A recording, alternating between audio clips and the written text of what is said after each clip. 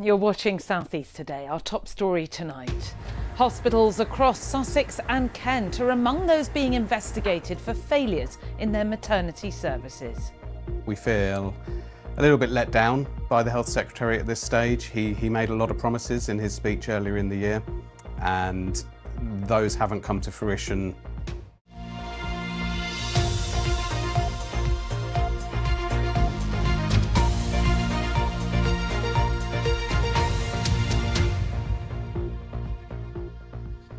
Welcome to the programme. I'm Natalie Graham. First tonight, hospitals in Sussex and Kent are among those having their maternity services investigated. The government says there are failures in the system, and its rapid review will look into 14 hospital trusts, including University Hospitals Sussex NHS Foundation Trust and East Kent Hospitals NHS Trust. But families whose babies have died say the inquiry won't give them the answers they need. Here's our health correspondent, Mark Norman.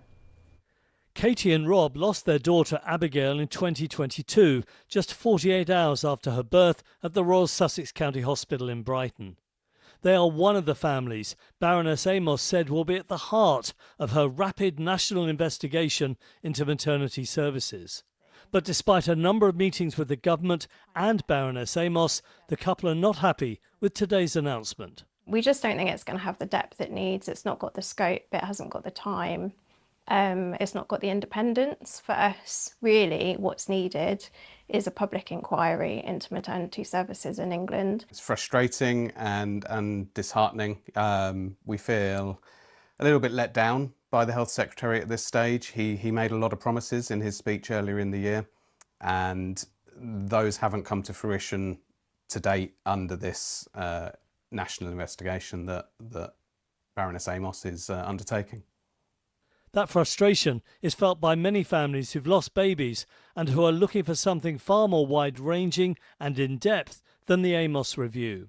We've had many reports before, and the changes that have been needed haven't been made because we continue to see these injuries being sustained, these devastating incidents, which, quite frankly, are shocking. The NHS is not a safe place at the moment to go and have a baby. Baroness Amos spoke to the BBC earlier today.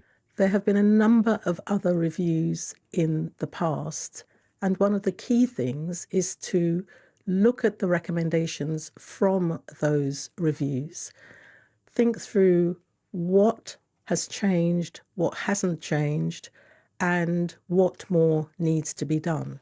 University Hospital Sussex was the first trust to be included in the Amos review.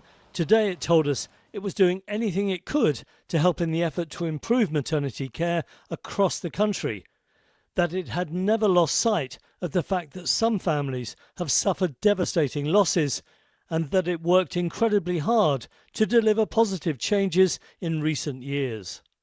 Many family groups have expressed their anger at today's announcements. Others hope it will be able to deliver change. Baroness Amos will deliver her interim findings in December with her final recommendations in 2026. Well, Mark's outside the hospital in Brighton for us now. Mark, we now have several investigations all underway at the same time. Will changes be made as a result? That's the big question, Natalie. I mean, the Amos investigation looking at the quality of care in maternity departments, but not individual cases. There's a separate investigation being led by the Department of Health into 9 families who lost babies here at the trust behind me. But we don't know when that's going to start or who's going to lead it, despite me asking the Department of Health on a number of occasions. Now, I ought to mention East Kent. They're on the list because of the Kirkup review, and Baroness Amos wants to look at the recommendations there, see what's worked, and see whether she can apply those to the other trusts on that list, Natalie. Mark, in Brighton, thank you.